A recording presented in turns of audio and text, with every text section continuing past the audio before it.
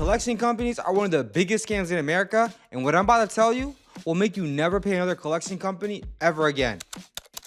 Crazy part about it is that 94% of all Americans don't even know that this is a scam. They automatically see a collection pop up on their credit report and think, oh, now I have to actually pay this. And that couldn't be further from the truth. That's exactly why in this video, we're gonna break down everything about what a collection is and how you guys can be able to remove it off of any credit report within 48 hours.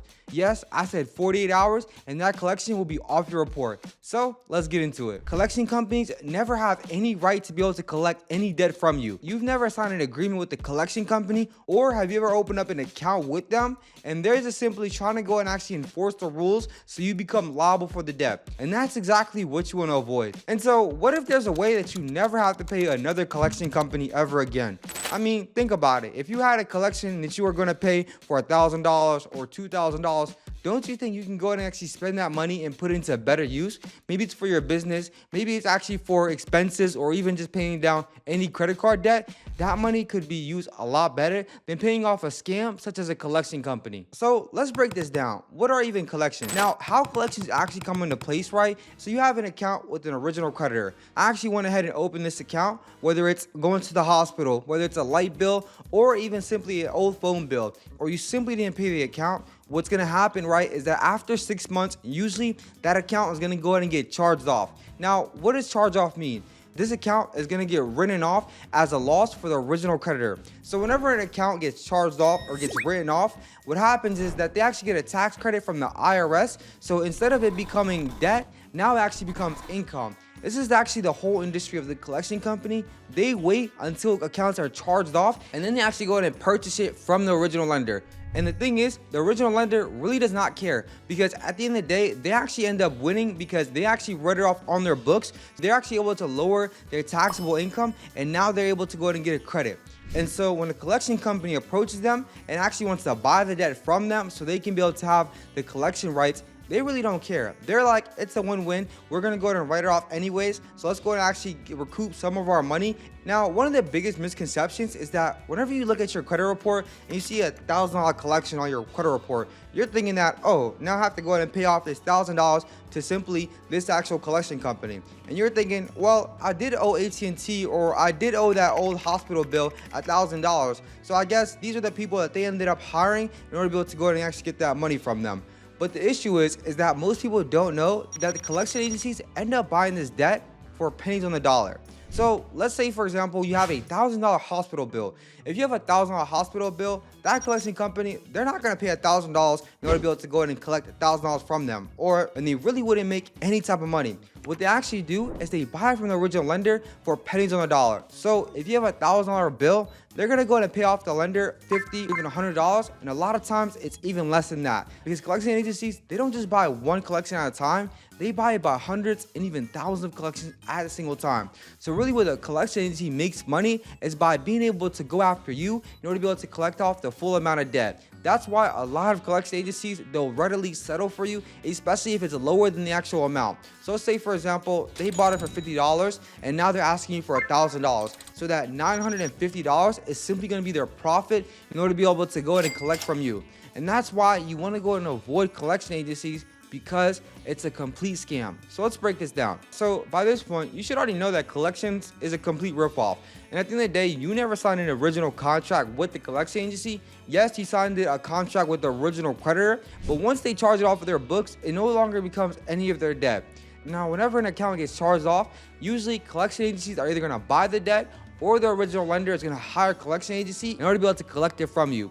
And since you never physically signed anything with this collection agency, and they actually have no right to be able to collect it from you, and them trying to go after you is actually considered fraudulent. Now, this isn't just makeup, this is actual federal. This isn't something that we just made up. This is actually federal law. If any collection agency or any type of creditor tries to come after you after a debt that you never actually subscribed to, it's considered a fraudulent account, because you never authorized this collection agency to come after you. So if you never knew about the bill, it's technically fraudulent. And we're gonna actually use the same same laws in order to be able to get it removed from your credit report in 48 hours. If you ever read anything about credit, you know that the Fair Credit Reporting Act is the laws that govern any type of credit reporting in the United States.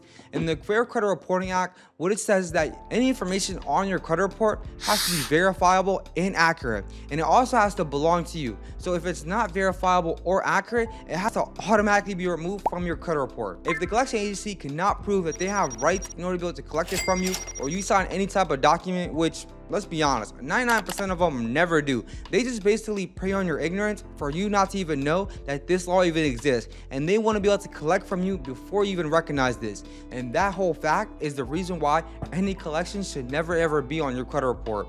And that's how we're able to get any collection removed. So let's walk you guys through on exactly how to get any collection removed. So whenever a collection happens, right, since they never actually got a contract from you, what they try to do is get you into a verbal contract. So that's the reason why a lot of collection companies, they'll be calling you day and night in order to be able to get you on the phone. And most of the times, whenever they're calling you, they're not telling you that they're from a collection company, which, if you read the laws, it's actually a violation of the Fair Debt Collection Practices Act. This is a law that was actually governed by Congress in order to be able to protect consumers from aggressive debt collection practices. But a lot of times, if you ever spoke to a collection agency, you know they don't really play by the rules. They'll go ahead and call you and tell you that you're going to go ahead and go to jail, you're going to get sued, and all these different very, very aggressive tactics, which is completely illegal with the Fair Debt Collection Practices Act. There's so many different laws that collection agencies are breaking every single day, and the only reason they're getting by is because most people really don't even know that they exist. So whenever these collection agencies actually go ahead and buy the rights to the debt from the original lender, what happens is that they don't have all the full information, and that's the main reason that they're actually reaching out to you. So if you ever spoke to a collection agency, which is the worst thing to do, never ever pick up the phone for any type of collection agency unless you want to go ahead and sue them and you know exactly what you're doing. Then you can be able to go and actually point out any violations that they have. But whenever the collection agencies are calling you, they want to be able to know what's your name, what's your legal address, what's your social security number, because that's the only way they're able to go ahead and get you under a verbal contract. And once they get you under a verbal contract, that's when they actually have the rights to be able to collect from you.